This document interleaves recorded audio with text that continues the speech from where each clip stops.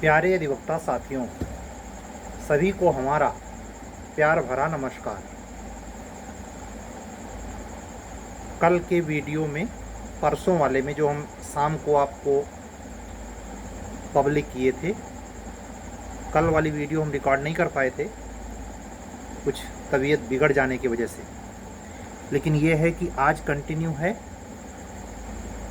और कोशिश यही रहेगी कि जो पर डे का हमारा आपसे कम्युनिकेशन करने का इरादा रहता है वो कंटिन्यूअस रहे। लेकिन ये ज़रूर है,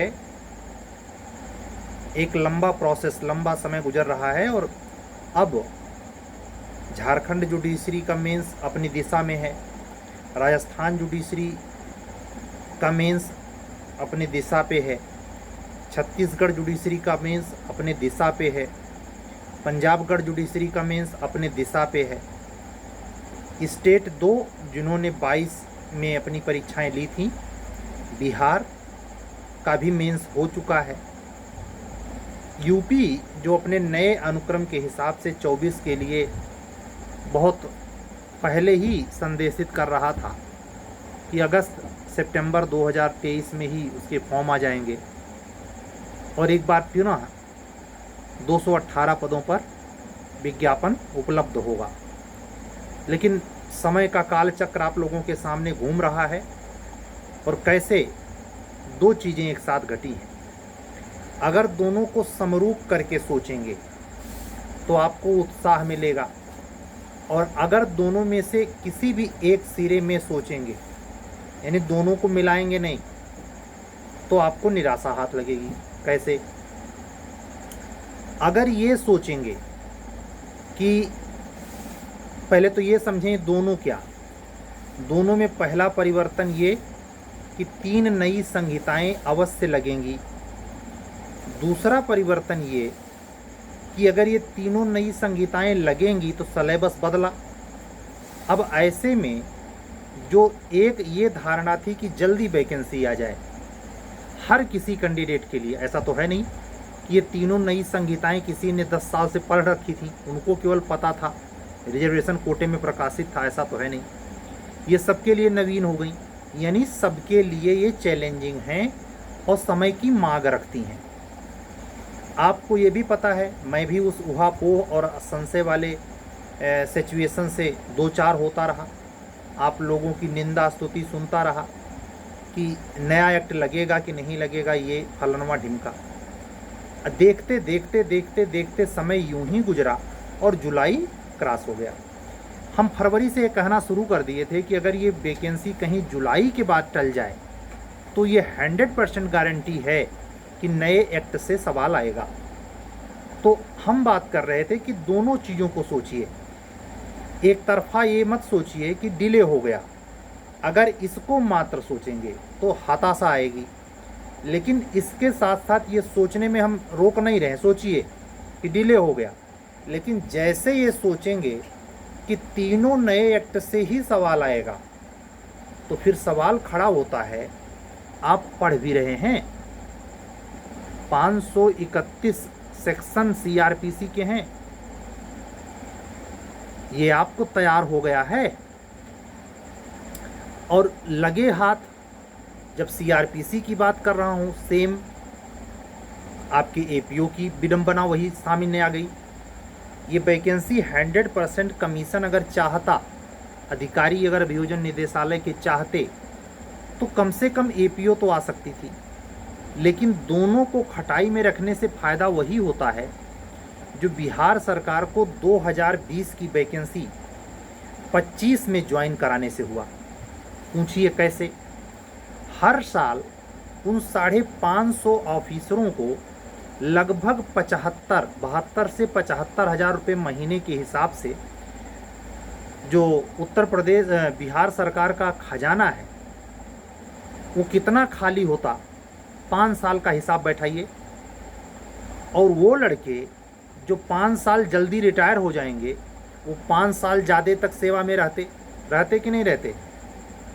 तो ऐसे सरकारें इसी बजट का पैसा जो पेंशन पर, जो उस व्यवस्था के स्थापना में जो सरकारी अधिकारी बनते, खपाती, खर्च करती, वो बच गया। वही टेंडेंसी यहाँ है। 2022 के नाम पर आई केवल 44 सीट, दबाव बना, बच्चों ने केस कर दिया तो आई 69 सीट, भरते भराते भरी गई 42, उसमें भी लोगों ने छोड़ दिया। 22 अब भी खाली है 69 के अकॉर्डिंग। उस 22 के लिए बच्चे नाकों चने चबा रहे हैं, लेकिन कमीशन सस्ते में नहीं देने वाला, न कमीशन, और कमीशन अकेले अकेले दे भी नहीं सकता।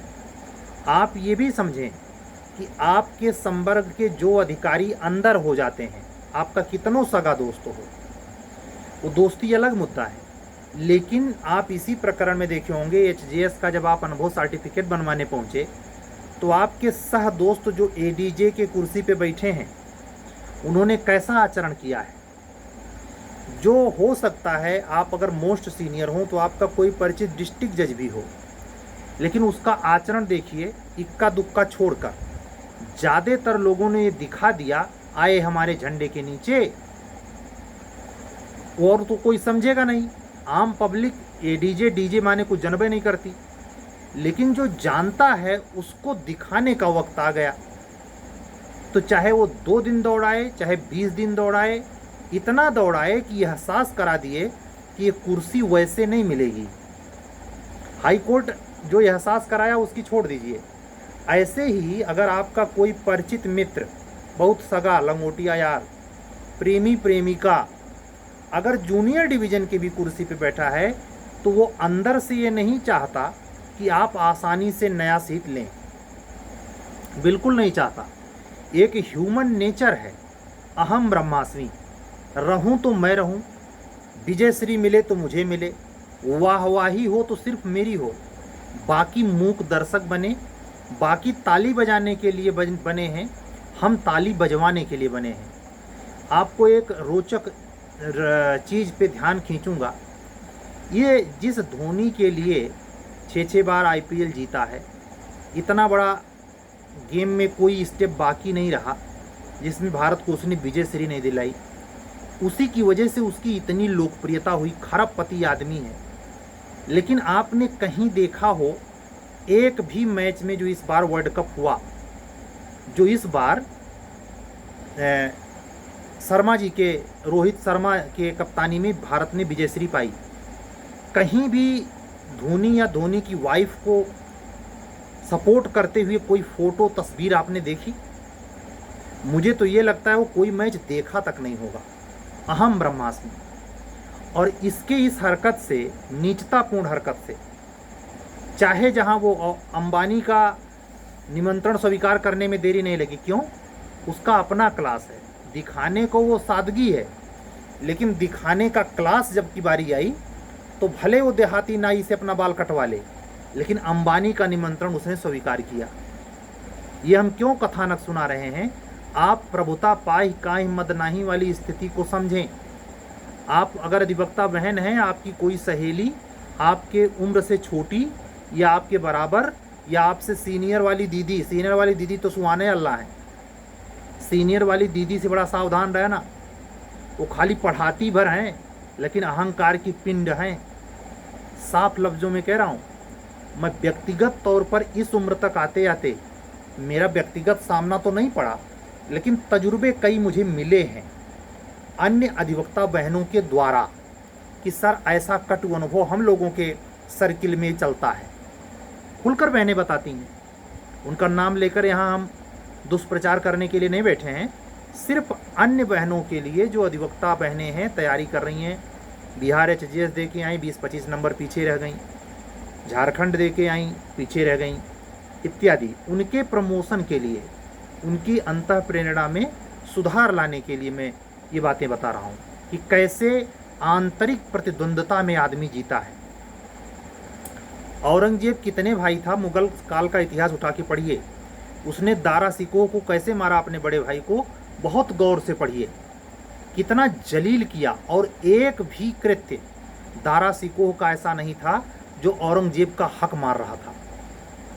आप ये सगे भाई की कहानी केवल मोहम्मदन कंट्री में मत देखिए, आप अगर प्राचीन भारत उठा के देखेंगे तो ये राजपूत के राजा रजवाड़े, ये जो मध्य प्रदेश, राजस्थान, ये क्या क्या नहीं देश के साथ दुर्गति किए हैं। जिस सत्ता को लेके उत्तर प्रदेश का एक वर्ग अपने आप को बड़ा तोप समझता है, वो भी जरा ठंडे दिमाग से सोचे कि क्या ये ठीक है कि आप ही सत्ता के लिए बने हैं।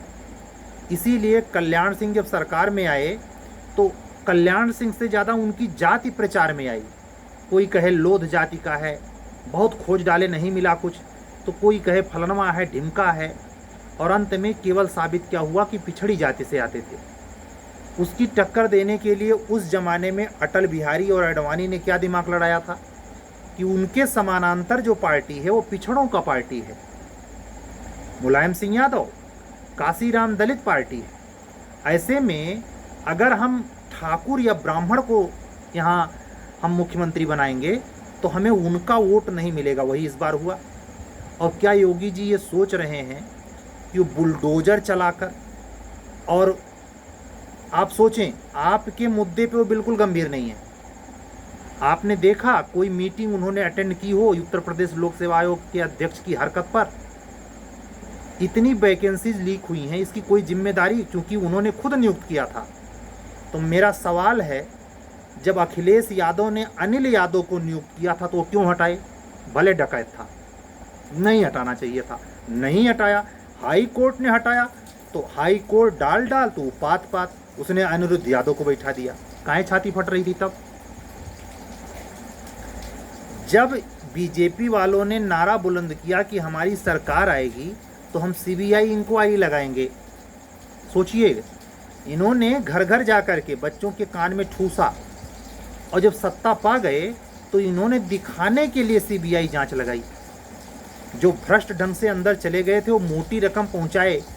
मुझे तो ऐसे शक होता है कि कहीं ये मोटी रकम वर्तमान सत्ता दल भी लोभी पार्टी नहीं, प्रधानमंत्री का झंडा हम फकीर हैं पीछे तो घाघ बैठाए हो ना। जहां सबसे ज्यादा धन बरस रहा है बीसीसीआई का सचिव। तो ये सब बकवास वाली बातें हैं। राजनाथ सिंह के खुद की मंशा चाहे जो हो, लेकिन उनके पुत्र या जिन लोगों के सेकंड पीढ़ी ने बीजेपी के अपने पुराने दलों के हिसाब से सत्ता में जगह बनाई है, वो लोक लुभावन आदर्शवादी जिंदगी नहीं जिएंगे। इसलिए ये बड़ी दूध की धुली पार्टी है, ये समझना मूर्खता है। एग्जाम्पल कई हैं, आप इसी प्रकरण में सोचिए। इन्होंने संजय श्रीनेत अध्यक्ष को एक बार तलब नहीं किया कि तुम्हारे रहते ये कैसे हो रहा है। आप हैरान होंगे ये जानकर कि इस अध्यक्ष ने उन लोगों को गोपनीय विभाग सौंपा है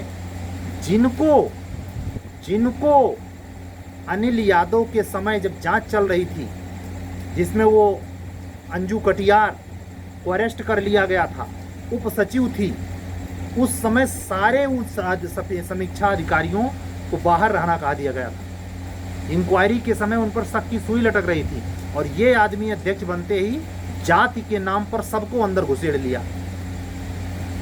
ये जो आप लीपापोती वहाँ भी चल रही है। जैसे आपने आज नीट का निर्णय देखा होगा, सुप्रीम कोर्ट तक इसको स्वीकार नहीं कर रहा है कि क्यों? क्योंकि अगला प्रमोशन पाने के लिए मोदी जी को खुश करना है। लगातार निगेटिव निर्णय जा रहे हैं। एक दिन पहले कांवड़ यात्रा पर अपोजिट निर्णय आया तो चेक एंड बैलेंस करना है। न्याय कोई कर रहा है? तो ऐसे यहाँ भी है। आपने देखा कुंभ पर इनकी कितनी बड़ी मीटिंग हो रही है, कांवड़ यात्रा पर इनकी कितनी, ये मतलब जैसा व्यक्ति रहेगा। मुझे याद आता है इसी बीजेपी पार्टी में एक नेता हुआ करता था, आपने सुना होगा, राम प्रकाश गुप्त। वो भी उत्तर प्रदेश के मुख्यमंत्री रहे हैं, उनका नाम तक कोई नहीं जानता। और योगी जी को नाम कैसे फैला, योगी जी का नाम कैसे मिला?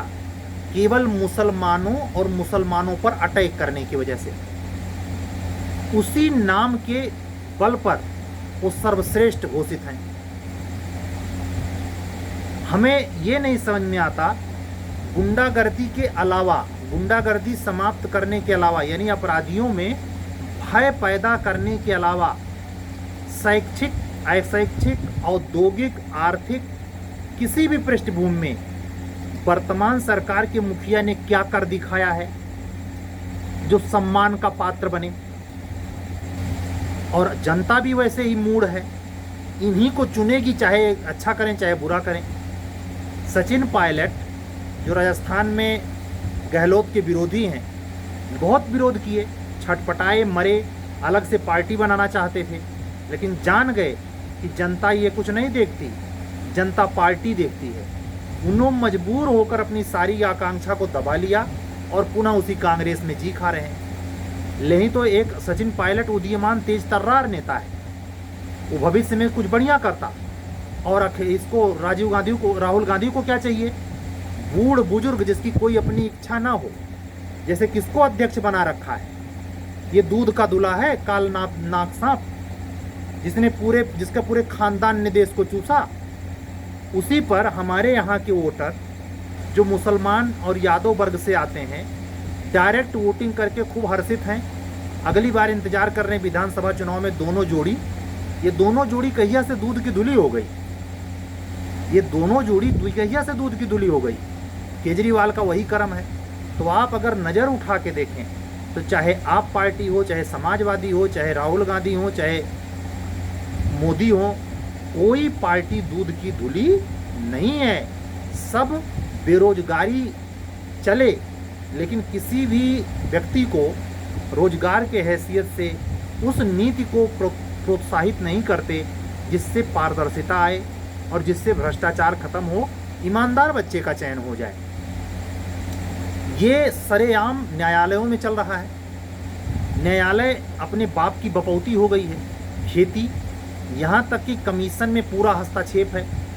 आप सोचिए उन मूढ़ अफसरों को जिन्होंने हाई कोर्ट में सब्जेक्ट बदलने की पावर को यूं ही हाई कोर्ट को दे दिया, न विचार न विमर्श। वो बैल उनको पता ही नहीं है, उनको पता ही नहीं, वो IAS से ऑफिसर हैं, फोन गया उनका काम ये कर देंगे, इनका काम वो कर देंगे। कोई पुरानी याचिका होगी, ये बैठे हैं शुद्ध करने के लिए उसे।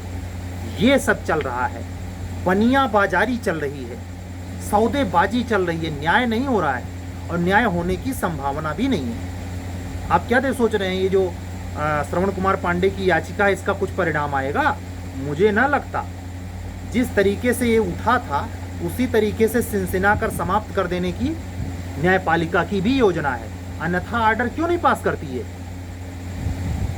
आप ये सोचें, कभी भी हाई कोर्ट को इग्नोर करके कमीशन नहीं चलता। क्यों? भविष्य को उसी के सामने दरवाजे पर उसकी नाक रगड़ी जाएगी, उसकी थू हो सकती है। तो मिले जुले रहते हैं अधिकारी, ये आप भी समझें। और इस पॉइंट को लेकर बहुत ज़्यादा आशा ना पालें और बहुत ज़्यादा चिंता भी। चिंता इस बात की, ओ हो अगस्त में आ गया होता तो अब तक जज बन गए होते, कदापि नहीं। ये नई संहिताएं इस बात की इशारा करती हैं कि सच्चे दिल से, सच्चे मन से आप अध्ययन में गति दें, अध्ययन पर गंभीर हों, जो कर सकते हैं करें, बाकी परमात्मा पे छोड़ दें, लेकिन करने से पीछे ना हटें। मैं व्यक्तिगत तौर पर आप लोगों से जुड़कर जितना कर पाता हूँ करता हूँ, अन्यथा मैंने एक उसूल बनाया, या तो सो लेना है, ओझा सर सही कहते हैं, या तो पार्क में बैठ के मनोरंजन कर लेना है, मोबाइल ही चला लेना है, लेकिन किसी का फोन उठाना नहीं है। ये क्यों है? जो सुनने के बाद आपका दिमाग खराब होता है, किसी की गाथा। आप ये आजमाइश करके देखिए, आप दूसरे जोन में आके खड़े होंगे और आप में जो हताशा निराशा फैल रही है, ये जो राजनीतिक उठापटक है, राजनीतिक सुस्ती है, मैंने तो देख के दंग रह गया कि कुंभ होने वाला ना इस बार, उसमें पैसा आएगा। ये पार्टी नंबर 1 जो कहते हैं व्यापारी की पार्टी, ये कोई भी काम आप सोचिए, इसी उत्तर प्रदेश में बनारस में क्रिकेट का स्टेडियम बन रहा है, सबसे बड़ा। क्यों बन रहा है?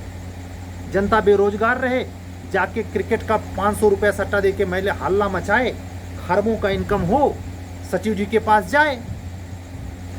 ये सरकार कोई भी एक ऐसा कार्य नहीं कर सकती जिसमें इसको इनकम ना हो।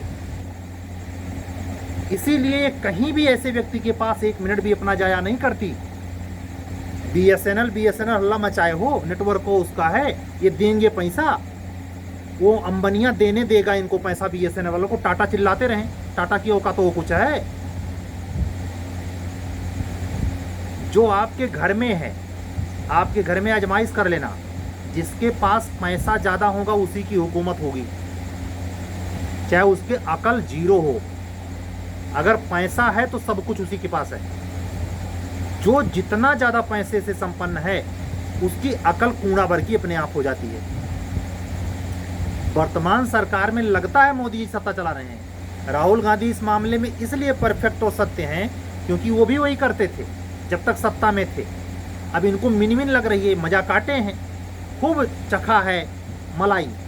अब वो चला गया है तो इनको राज तो पता है ना कि कहाँ से आता है। इसलिए और किसी से ज़्यादा, और किसी विपक्षी नेता से ज़्यादा राहुल गांधी ज़्यादा चिल्लाते रहते हैं अडानी अबानी। क्यों चिल्लाते हैं? इनके दादा बाबा पुरखे भी यही किए हैं। इसीलिए जो घर में बुजुर्ग टाइप का आदमी होगा, थोड़ा अंकल टाइप का, या जिसकी उम्र ज़्यादा हो गई होगी, दादा बाबा आजा चाचा की हो गई होगी, वो आपको समझाता होगा देश नेता नहीं चलाते, देश उद्योगपति चलाते हैं। ये उद्योगपति बच्चों को रोजगार देने देंगे, रोजगार पाइएगा तो 2 बच्चों को पढ़ाने अमेरिका और कैलिफोर्निया भेजिएगा। लेकिन अगर आप बेरोजगार रहिएगा तो आप अपने समेत कम से कम 500 लोगों को लेकर बनारस के स्टेडियम में मैच देखने जाइएगा। कोई चीज़ मांग नहीं करिएगा, सत्तू का के पड़े रहिएगा, नहीं बियर या देसी ठर्रा रम है ये है। अंबानी को इससे क्या मतलब है? आप जानते हैं ना, उनके अगर उनका रिचार्ज बढ़ा है और जैसे ख़त्म होना होता है 3 दिन पहले से मांगना शुरू। आप अगर किसी दरवाजे पर आपका अपना दिया हुआ पैसा मांगने जाइए तो लात जूता क्या हो सकता है, मारपीट हो जाए। धन ऐसे नहीं आता, धन टाटा का आदर्श मारने से नहीं आता, धन जो ये अंबानी का परिवार कर रहा है इससे आता है। लेकिन इसकी भी लिमिट है। कोई अनंत काल तक धनी नहीं रहा है, चाहे वो राजा मिडास ही क्यों ना हो, जिसको छू देने से हर वस्तु सोना हो जाती थी। उसका भी अंत आ गया। एक दिन उसने अपने लड़की को छुआ, वो भी सोना हो गई। पत्नी को छू दिया, वो भी सोना हो गई। पिपासा खत्म हो गई, सब सोने सोना हो गया। तो ऐसे किसी भी चीज़ की चरम होती है। तो अभी उठान है पूरा, जैसे कहते नहीं कि आए हुए धन का सत्यानाश किया है अंबानी ने। शादी के नाम पर केवल प्रोपोगेंडा। जिन लोगों को बुलाया उसमें से मेरी नज़र में, मेरे देखे, वो जिसको आप संस्कार और संस्कृति के नाम पर देख रहे हैं कि सनातन बढ़ा रहे हैं अंबानी, सनातन नहीं बढ़ा रहे हैं। सनातन पे धर्म के नाम पर आप एक दीपक जलाने वाले से लेकर राम नामी पीताम्बरी तक, शंख से लेकर हर सामान आप देखें ऑनलाइन सामग्री पर कितना महंगा है। और आपकी योजना क्या है? आप स्कूल नहीं जाएंगे, आप संस्कृति धर्म पूजा पाठ के नाम पर इन्हीं से बनाए गए सामानों को खरीदें और इनका फायदा करवाएं। जिंदगी भर आप दीपक जलाएं और ये दीपक बनाने वाला सामान बेचें। ये महलों में रहें और आप कायदे के कमरे में भी आपको मयस्सर न हो, सीलन भरा कमरे में जिंदगी कट जाए। आपसे कितने लोग बताइए, कोई ऐसा दिग्गज प्लेयर है, गांगुली समेत कह रहा हूँ, जो टीम बनाने वाली एक विज्ञापन चलता है कि टीम बनाओ जीतो, रोहित शर्मा। इस देश में इतनी भीड़ पगलाई पड़ी है। क्या क्रिकेट राष्ट्र धर्म है? क्रिकेट राष्ट्र धर्म नहीं है, लेकिन क्रिकेट के प्रति इतना इनकम का जरिया है, इसलिए इतना उसको प्रोत्साहन है। भीड़ को कैसे इकट्ठा किया जाए, यही भीड़ धीरेन्द्र शास्त्री इकट्ठा कर रहे हैं। यही भीड़ जो कर रहा है, जो भीड़ का पुजारी है, उसके आगे मोदी जी बिन बात के जाके फोटो खिंचाएंगे। आप देखिए, आसाराम को जेल हो गई है, लगभग 7 साल से ऊपर हो गया जेल में है।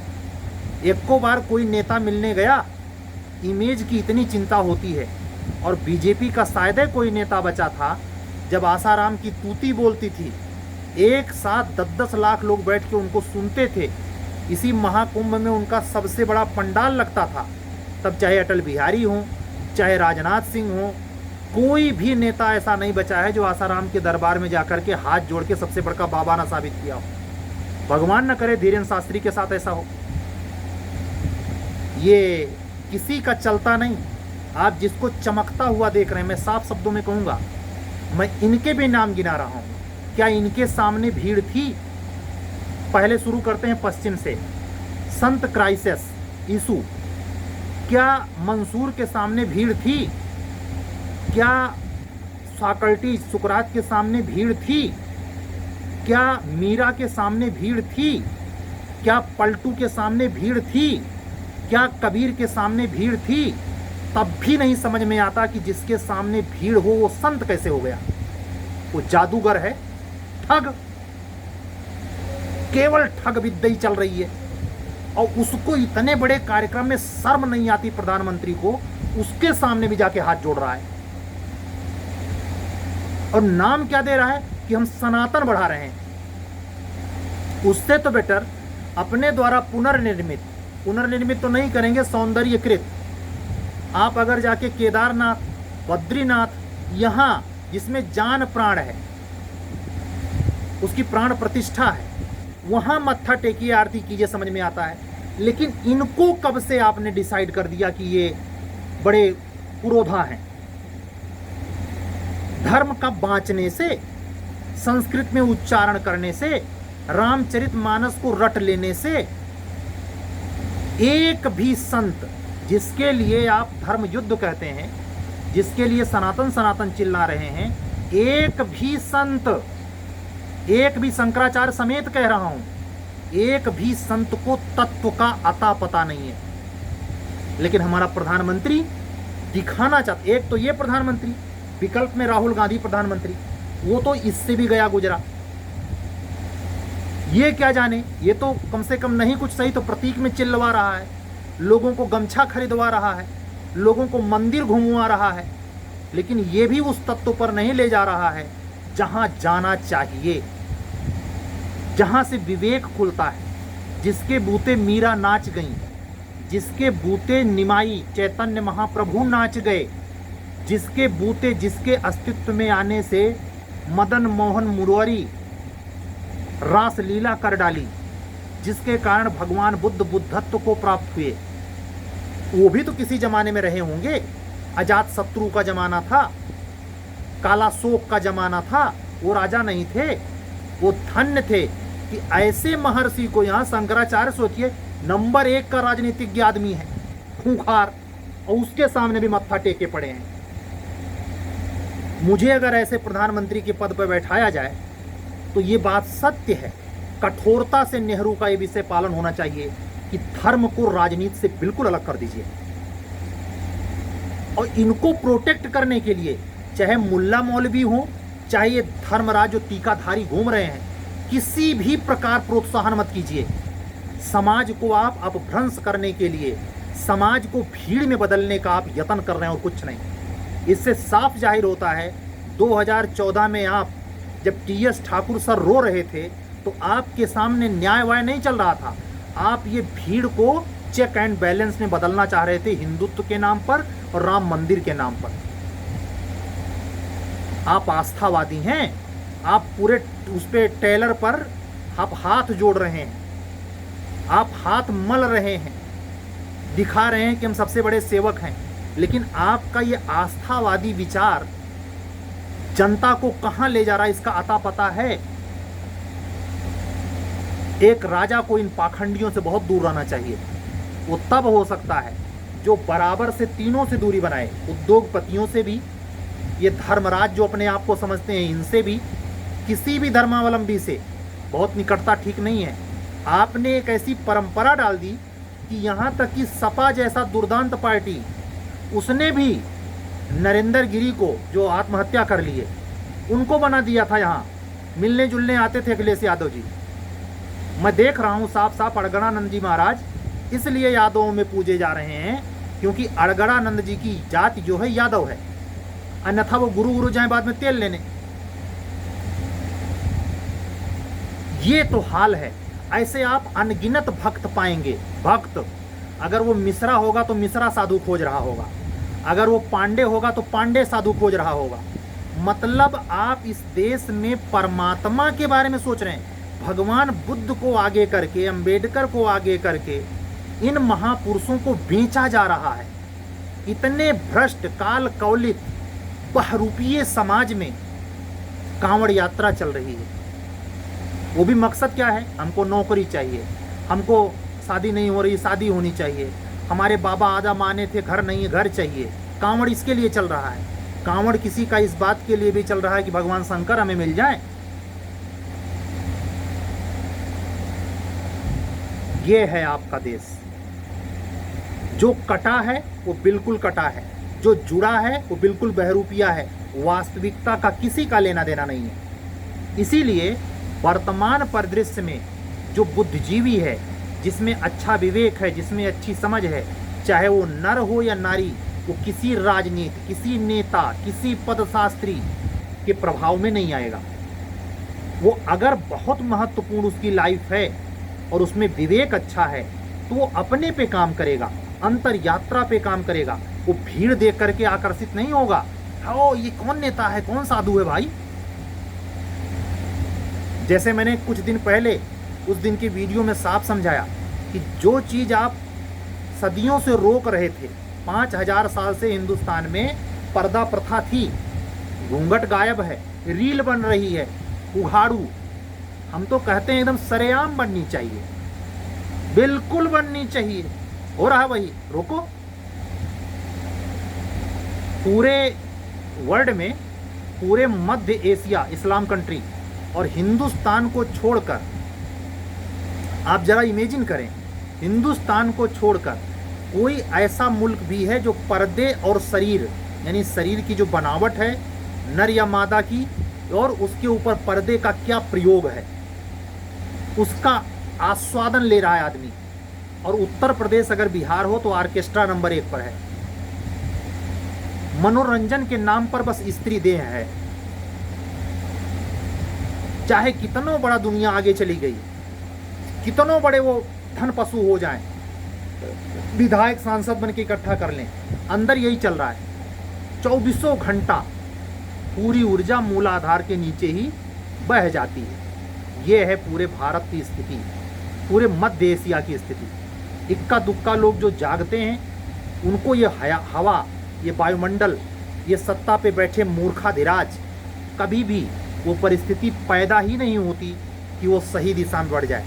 इसमें तमाम ऐसे बुद्धिजीवी हो सकते हैं, तमाम ऐसे प्रखर मस्तिष्क वाले युवा हो सकते हैं जो व्यक्तिगत पर्सनल लाइफ में अपनी लाइफ को सुधारते हुए और परम तत्व की ओर बढ़ गए हों। उनका अंतर्मन इतना दुरुस्त हो कि वो पहुंच जाएं वहां तक, अस्तित्व जहां उनको ले जाना चाहता हो, वास्तविक, जिस पे मीरा का रास्ता है, पलटू का है, इन जगहों पर है। समझ रहे हैं? ये शंकराचार्य नहीं जो, मतलब सोच लीजिए, मुड़वप माला बांधे, हद है। वो मैंने कई रील में देखा, वो भी रील बना रहा है, वो भी अपनी योजनाएं कर ले रहा है, वो भी इतना दरिद्र है भीतर से कि रील में उसको भी दिखना है। ये शंकराचार्य हैं देश के, यही जगत गुरु शंकराचार्य ने 4 मठ बनाया था। बंटाधार हैं, केवल राजनीति के सिपा सलार, और ठीक इनका वही दुर्गति होगा जो महाभारत होने पर द्रोणाचार्य, कृपाचार्य और भीष्म पितामह का हुआ था। ये सत्ता के सुखभोगी अवसरवादी लोग हैं।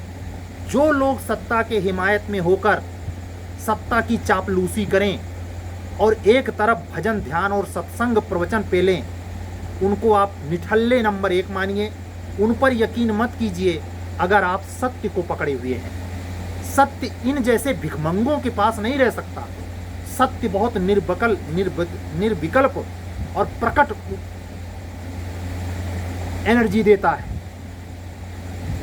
अदम्य साहस देता है।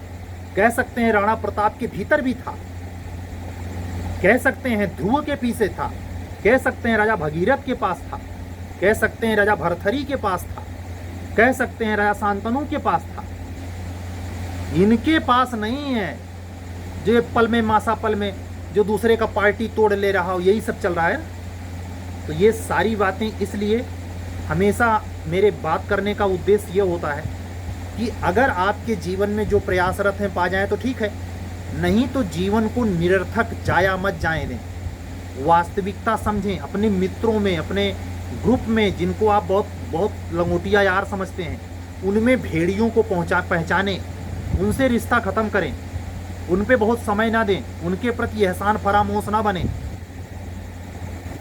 अगर आप ऐसा करेंगे तो ये पद तो रास्ते के छोटी सी चीज़ है, आपके जीवन में वो चीज़ घटेगा जिसका आपको इल्म नहीं है।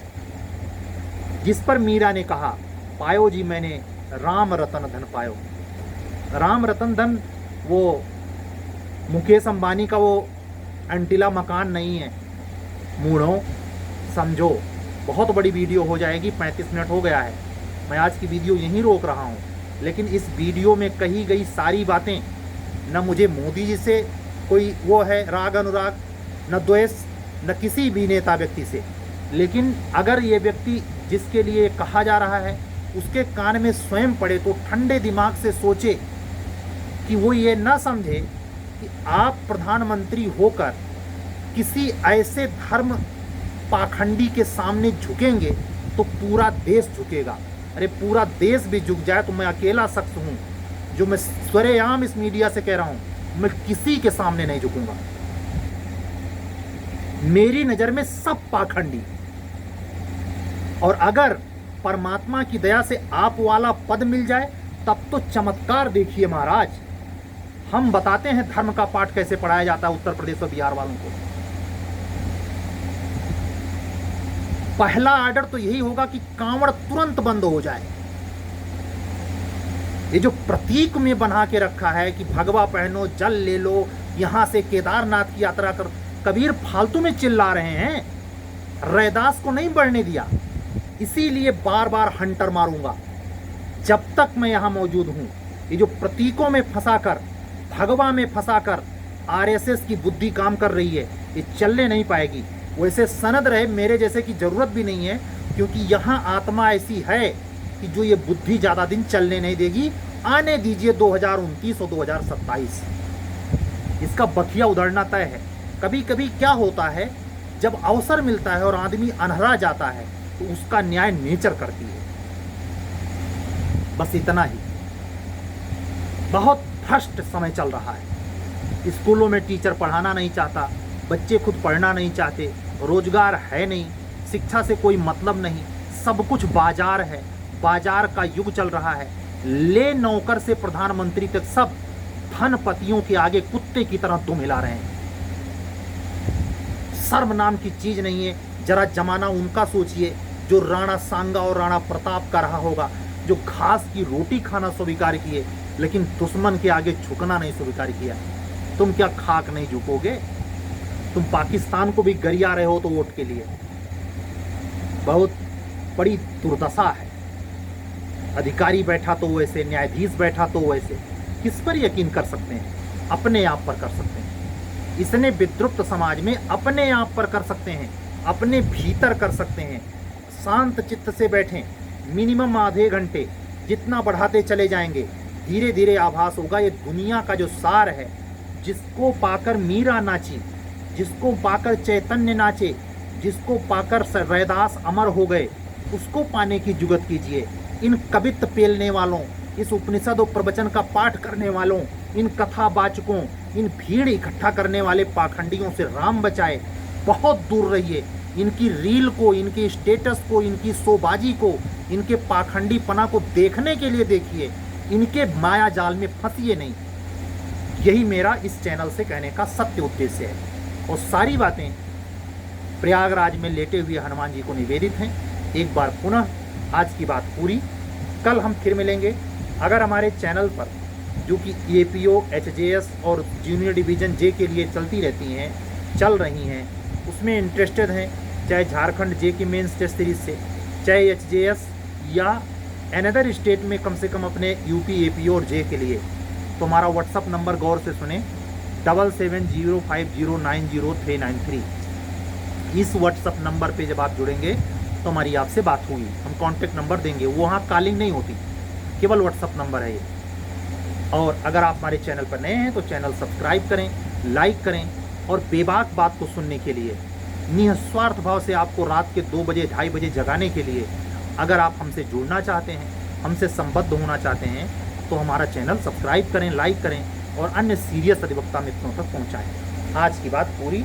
सभी अधिवक्ता साथियों, बंधुओं और बहनों को जय सिया राम बोलते हुए और अपनी पूर्ण बात को श्री लेटे हुए हनुमान जी महाराज को निवेदित करते हुए वाणी को विराम देता हूँ। सत्यमेव जयते। शुभ रात्रि।